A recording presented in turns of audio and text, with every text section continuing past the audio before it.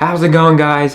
2023 was a jam-packed year full of amazing films, and I wanted to highlight them here in this video of best films of 2023 by category. Now, every film that you see in this video are movies that I recommend, things that I enjoyed about them, and once we get to the more technical categories, those are still going to be films that I recommend seeing. So a film like Napoleon, for example, while on a technical level did some amazing accomplishments, personally didn't enjoy that film, and for that reason it's just not going to be in this film, not necessarily because I didn't see it. Just keep in mind that these are all films that I personally enjoyed. This is just personal preference, the movies that I think made 2023 really shine. First category is comedy. For comedy, I think this was actually a really good year compared to last year or the year before that. Polite Society was a lot of fun. I really enjoyed it. Are You There, God? It's Me, Margaret. Very good coming of age story. Then we had The Phenomenon, Barbie, a slightly lesser known title in Fremont. Then we had Nick Cage in Dream Scenario. And then the two really big heavy hitters for me, the runner-up was The Holdovers, one of the best holiday films. It's just such a warm and touching film. It's really hard not to enjoy this film. My favorite comedy, I think the one that made me consistently laugh and just smile the entire time, was American Fiction. Next category, best rom-com. This is not a genre that I personally enjoy, but once in a while, I'll stumble across a few titles. This year, also a pretty solid year for this genre. We had a film called Fallen Leaves from Finland. Then we had Rye Lane from United Kingdom. One of the more surprising titles I wasn't expecting to be as good as it was No Hard Feelings. Actually really solid. It's doing everything we've kind of seen before, but it's got a lot of charm, the acting is good, and the humor works most of the time, so I actually enjoyed it. Next category, romance. Well, once again, not a genre that I personally enjoy, but there were two films that I would recommend in this category in 2023. One being Emily, slightly above average, not your traditional biopic. There's a little bit more embellishment. It is trying to get into the mindset of the historical figure, which is a common theme nowadays with a lot of biopics. We're trying to get more artsy and creative with what they possibly were thinking rather than just following a timeline of events. For me, the best romance film of the year has to go to Past Lives. I think it had such great authentic performances. It kind of reminisces about your childhood, and just a film I think that lingers in your mind after you watch it. So I think personally, of the two, this was my favorite. Next category is horror. Not a whole lot happening with this genre this year. There were three films that I could recommend, one of them being the most talked about one, which was Talk to Me. Solid film. I didn't really love it as much as everybody else did, but I did enjoy it. But there were two films I thought were slightly better, and those were The Conference, which is a Swedish film. It pays a lot of homage to the 80s slasher films, which I personally am not a fan of, but here I think they handled it pretty well. It was very tense, the editing was really impressive, and the acting all around was good. It's predictable for sure, but an enjoyable kind of popcorn movie. And one of the better horror films this year. Like I said, this year, not that great for horror. But for me personally, the best horror film of the year might not even be a horror film per se, but because it's labeled as a comedy. But for me, it had to go to Beau is Afraid. There's just so many nightmarish moments in this film that make you feel so anxious that this had me squirming my seat more than any horror film I've seen this year, and it has to go to that. And Joaquin Phoenix is absolutely amazing in this. Without a doubt, Beau is Afraid, one of the most creative and different and totally out there films you'll see, which, did make me laugh, but I feel like the horror elements of this did hit me more. Moving on to the superhero genre. This has been a genre that's been on decline for the last couple of years, both DC and Marvel. I have two films to really recommend, and the first one is The Flash, which is a very, very light recommendation. There were elements that I enjoyed, mostly all the Batman moments. Personally, there's just a little too much fan service. The humor doesn't always work, and I wasn't a fan of the story itself either. Without Batman, it doesn't hold as a Flash movie, and to me, it's just like it was overlong, and I just wasn't a fan of it. I thought this should have been so much better. It's just a forgettable superhero movie. But, still a lot better than so many of the other superhero films that have come out this year that are just like the most average thing you'll ever see. So at least this had some entertainment value, and that's why it's even on this list. But the number one superhero for me had to be Spider-Man Across the Universe. No brainer. This was by far the best superhero film in terms of animation, voiceover work, plot, and just in general. It's just, I don't think there was anything really standing in its way this year. Next category is period drama. Quite a bit of titles this year that come out that were in this category that were actually really good. I already talked about Emily. There was also The Promised Land, which is just now hitting theaters. I got a chance to see it earlier. Then we had The Iron Claw. The Color Purple, surprisingly pretty good. Then the big film Oppenheimer definitely made it in here. But for me, the best period piece was going to be Killers of the Flower Moon. I feel like watching this a second time really just took away any issues I had with the film. And while Oppenheimer is a fantastic film in itself, I think Killers of the Flower Moon just was, for me personally, something that time flew by, and it was just such a fascinating piece. Both of them are really great films. Like, it's really hard to choose one. Next up is the sci-fi and fantasy genre. Not that great of a year for this genre. You know, it's just a very weak category this year. We had Rebel Moon, and then we had Dungeons and Dragons, and they're all watchable. Like, they're not that bad. I know Dungeons and Dragons got a little bit of a better rap, but very okay movies. I have 3 films worth talking about this year, and one of them is Wonka. A lot better than I thought it was going to be. A really good origin story, and kind of sets everything up for the wheels to go in motion in the original Willy Wonka film. Then we had the Dream Scenario film. Really like the originality of that film, and it's just got a lot of imagination, and the performances are good, and the comedy stuck a good number of times too. But for me, my favorite fantasy sci-fi film of the year is going to go to a slightly lesser known film, and that is The Five Devils. A film that blends a lot of different genres, because at heart it's almost a romance film, but there's so many supernatural elements blended in that it had just kept me guessing throughout the entire time which timeline we're in, what reality this is.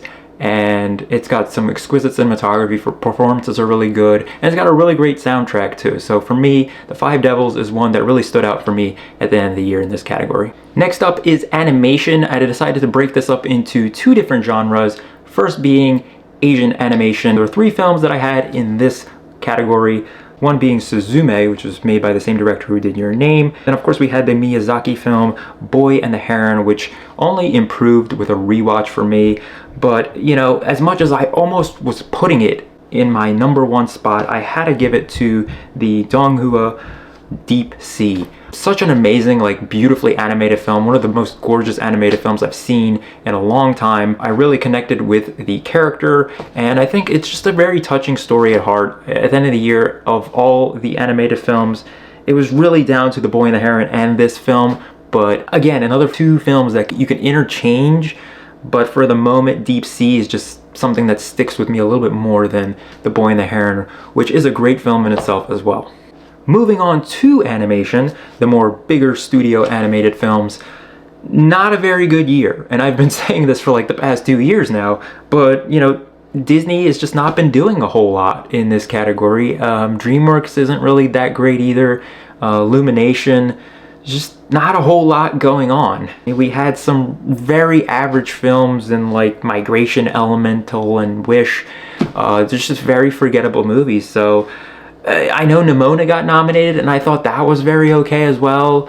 Not a huge fan of the animation in that film. So I really only have 1 film to recommend this year, because I didn't get a chance to see Robot Dreams because that's not out anywhere. Spider-Man Across the Universe is by far the best animated film this year. Nothing stood in its chance in the slightest, much like the superhero genre. Just really enjoyed this, and a really great sequel to an already very impressive first film. Next category is Best Documentary. I got a chance to see a handful of documentaries this year. There's 3 I would like to mention.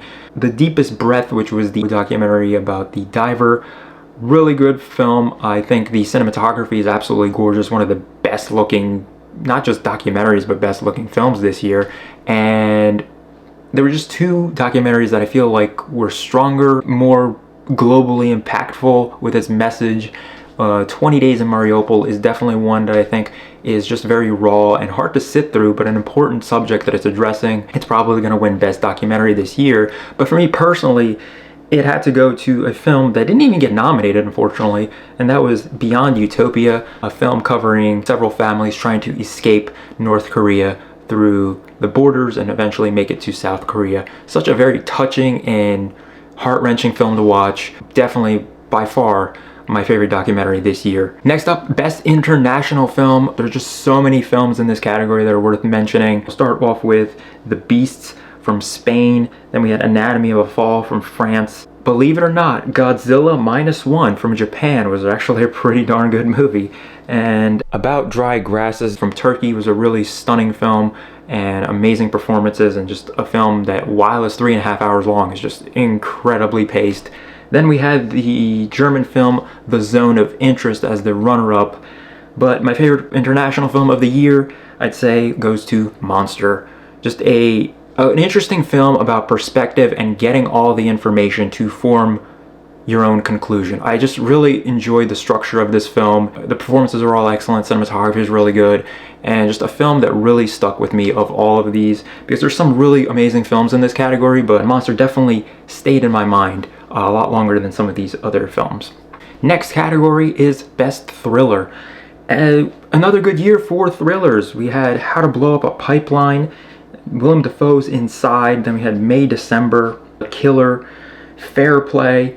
But for me, it's gonna have to go to a Guy Ritchie film. I know, Guy Ritchie is just usually a very hit or miss for me, but this year he kind of toned things down, slowed down the editing, and The Covenant was just a simply fantastic film. It was not trying to be some action blockbuster. It felt more grounded, it felt more real. It didn't feel like a film like Extraction. You know, it's just like super over the top and trying to be this action blockbuster. It's just hit all the notes. Performances are all excellent. The film that I've seen twice and actually improved on a second watch for me. Next up is Best Western / Neo-Western. Now, I had to break this up into two and kind of combine these two genres because we don't get a whole ton of Westerns, and even when we do, they're not the best thing out there. Right? Like, we just don't get quality films. It's a very dying genre. This year, we had a couple of decent films in this genre. I'll definitely give some honorable mentions to Butcher's Crossing, which was the Nick Cage film. He's easily one of the best things about that film. Cinematography is actually really good, and the story does keep you guessing until it does fall in line and follows like a very traditional third act in a Western. Then we had a film called Surrounded with Letitia Wright. Solid film. It's just like, you know, it's very average. I feel like the best thing about that is the slower character moments, but the story itself is nothing special. But again, you know, worth a watch if you are a Western fan. Then there was another film called The Outlaw Johnny Black. Enjoyable film. It's got a lot of entertainment value, but it's also got a ton of issues that I kind of overlooked a little bit because I did enjoy watching it. But I think the biggest issue for this film is that finding that balance between the comedic side and the more serious moments, and because the two don't really mesh well together. Overall, still an enjoyable film. Like I said, if you like Westerns, you might get something out of it, and for me, in terms of Westerns, that was one of the better ones. The number one slot goes to Killers of the Flower Moon. Like I said, a stunning film to look at, just to dive into the story, and while it's 3.5 hours long, you never feel that runtime. It almost feels like a 2-hour film. If you're not a fan of Westerns, you can easily get behind this film too. So I feel like that's pretty important for a genre like this, because not a whole lot of people like Westerns, but this is a very accessible film despite looking at that beefy runtime. Next category is Best Biopic. Not too fond of this category, but this year, surprisingly, was actually pretty solid. We had a film called Tetris. It's very embellished. They kind of bend certain truths, but I still enjoy this. Taron Egerton is really good in the film. I really like the soundtrack, and it's just a fun little film to watch. Then we had Air, the new Ben Affleck film, Blackberry, which was surprisingly a really good film. I mean, I really enjoyed the performances, the energy it brought, and the story was just really fascinating to watch. It's no Social Network, but it's pretty darn good. But of course, the best biopic is gonna be Oppenheimer. I think, without a doubt, this is by far the strongest biopic in terms of acting, story, structure, score, sound design, like everything you could possibly think of does it far superior, and it's just a very interesting character study. Definitely the strongest biopic this year. Next up, Best Musical. A genre that has grown on me over the years and I've really come to appreciate. And there are two musicals this year worth talking about, and one of them we already talked about, which was Wonka. By far my favorite had to go to The Color Purple. An energetic musical with memorable music, really good cinematography, the performances are all excellent, and a story that just really grabbed me the moment it started. Moving on to the more technical categories, and we'll start off with Best Score. We had a good amount of films that I really enjoyed. The score for Poor Things, Emily, The Boy and the Heron, Spider-Man Across the Universe, The Zone of Interest, which arguably, does it have a score, does it not? It most certainly does have a score leading into the credits, and it's a score to stay for sure. But number one has to go to Oppenheimer. It's got such a great score, it's very inspirational, and it's just a score that you really associate with the movie. And it's just a score that makes me want to rewatch the film. Next category, Best Performance. Favorite male performance this year is gonna have to go to Cillian Murphy. I don't think anybody really stood a chance this year. Nailed that role so well. In terms of Best Female Performance, I'm gonna give that to Emma Stone. I think she was just fantastic with all of her mannerisms, and it's just like, it's such a out of whack and weird performance, but she handled it so amazingly that there was no performance quite like it. And as an overall ensemble, I'm gonna have to give it to Poor Things, because I think everyone really brought their A game to that role. I think both Mark Ruffalo, Willem Dafoe, and Emma Stone were just absolutely fantastic. They had a really great chemistry. Looking at the cast as a whole, I think they really worked well off of each other. In terms of Best Cinematography, like I mentioned before, The Deepest Breath is a gorgeous film to look at. Simply a stunning film. It's underwater. It's absolutely gorgeous. Then we had another film, Noor Yang, a Korean film. Probably the best battle caught this year. I mean, the cinematography is absolutely really stunning in this film. You can argue Napoleon maybe is a little bit better, but just as a film as a whole, wasn't as great. And then of course we had Killers of the Flower Moon, Poor Things, but cinematography again has to go to Oppenheimer. The next category being editing. I really enjoyed how Monster was structured, how it was edited. Poor Things, really well done as well. Killers of the Flower Moon. Number one, it's gonna go to Oppenheimer once again. Next category, Best Visual Effects. A very subpar year for this. Like, usually you would have a clear-cut winner for this category. Like last year's Avatar was just an easy category to pick.